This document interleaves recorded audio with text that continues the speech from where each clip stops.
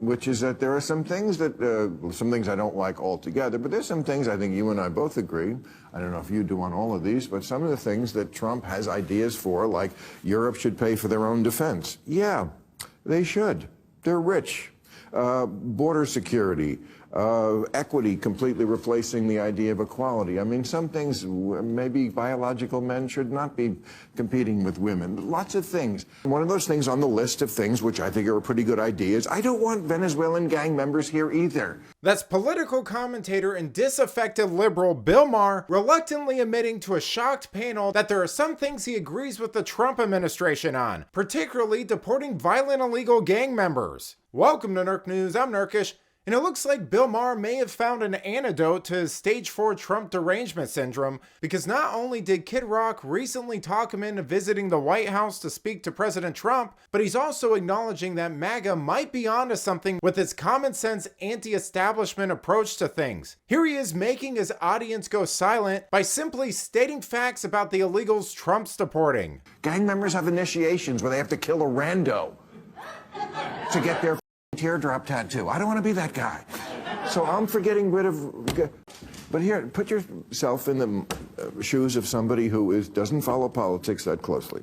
And they're Venezuelan gang members. Why are we even arguing about this? They shouldn't be in this country. This guy's finally doing something about it. He's kicking them out. And one judge told him to stop. Why is it that one judge anywhere can say, oh, a president can't do this?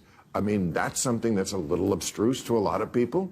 Look, I think you can make the argument. The question is, can you get to where people are listening to the argument?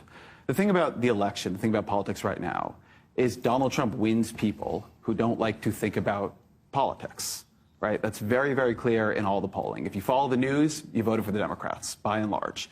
If you don't follow the news, you voted for him. You know, it's funny just how far establishment liberals' heads are up their own rears. I mean, this guy's basically admitting that Democrats are completely susceptible to propaganda from pretend journalists and establishment media, so much so that it has a direct impact on how they vote, but he's trying to spin it and paint it as a positive, which shouldn't come as a surprise, given that he's the co-founder of Vox Media, which is a liberal rag that posts such bangers as the radical idea that people shouldn't have to work to live, the case for reparations, and why you shouldn't exercise to lose weight explained by science. It's no wonder Vox has been called out repeatedly for its bad reporting. And call me crazy, but I don't think Trump supporters are interested in taking advice from a side of losers who are consistently striking out because they don't understand why their utopia of biased polling and experts doesn't match reality. But the thing is, they have no restraint on anything, right? They don't have it on tariffs. They don't have it on laws. They don't have it on DOGE. And so you're watching this guy lose altitude very, very quickly. Whether they care, I'm not sure. But it took Joe Biden 221 days. His approval rating is highest ever this week. It went down to, this week at least, or last week, it had gone down to negative. It took Joe Biden 221 days to go negative. But for him, it's his highest. Bill, no, it is. It's not. It's a little below 50. That's not horrible. I have to say, I do not care about the economy if the government in this country claims it can break down anyone's doors, seize anyone with no due process, put them on a plane, and send them to a foreign jail where who knows what's going to happen to them. I want to say the last person in this country who did that was called George III. This is fundamental to this country's survival, to the meaning of this country. We do not let people violate people's security without due process, without law. Period.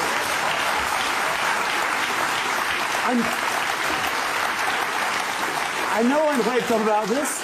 I know they're not necessarily citizens.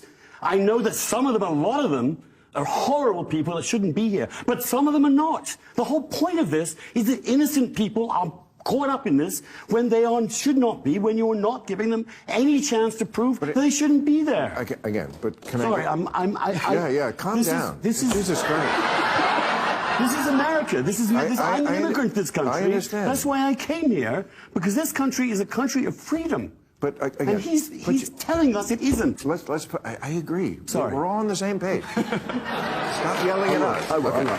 Just so we're clear here, this is what all the self-righteous navel-gazing and intellectualizing about liberal politics gets you. Losing elections and foreigners lecturing you about your own country. I mean, it's no surprise that this guy is a liberal that fled his own country for opportunity here, yet seems to be more concerned with lecturing us and making America more like the place he came from than actually doing anything to assimilate. Because the majority of these liberal Europeans and Canadians are basically like lefty Californians who flee to red areas like Texas, learn absolutely nothing, and begin voting for the same crap that caused them to leave in the first place. Because I just saw this, it's really bad news for Democrats.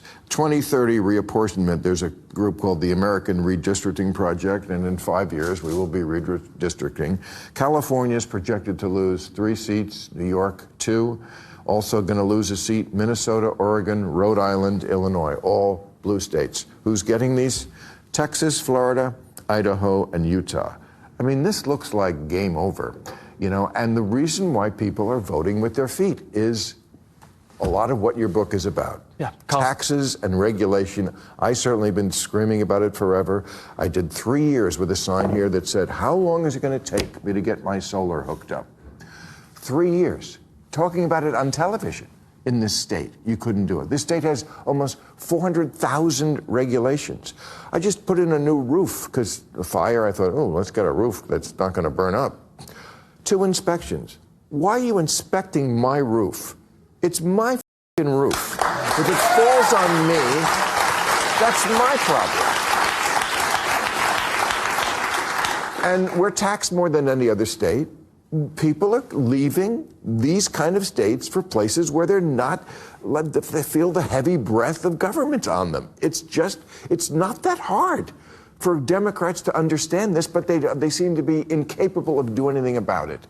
You know, if liberalism wants to survive in any form, it needs to purge itself of the far-left woke types and the smug NPR-style elites who gave birth to them in the first place through their social Marxist BS and secularist subjectivism. But based on this interview, I don't see that happening anytime soon. Instead, these types would rather obsess and comfort themselves with theory and cherry-pick data like Klein just did to create fan fictions about how the walls are finally closing in on President Trump. But at the end of the day, all of that stuff is as irrelevant as legacy media. But let me know what you think. Are Trump voters uninformed about the news and politics, or just what liberal elites define as news and politics? Let me know in the comments, and if you enjoyed this video, please give it a like and subscribe to the channel. That stuff really does help us out. Until then, this has been Nerk News. Thanks for watching. Bye.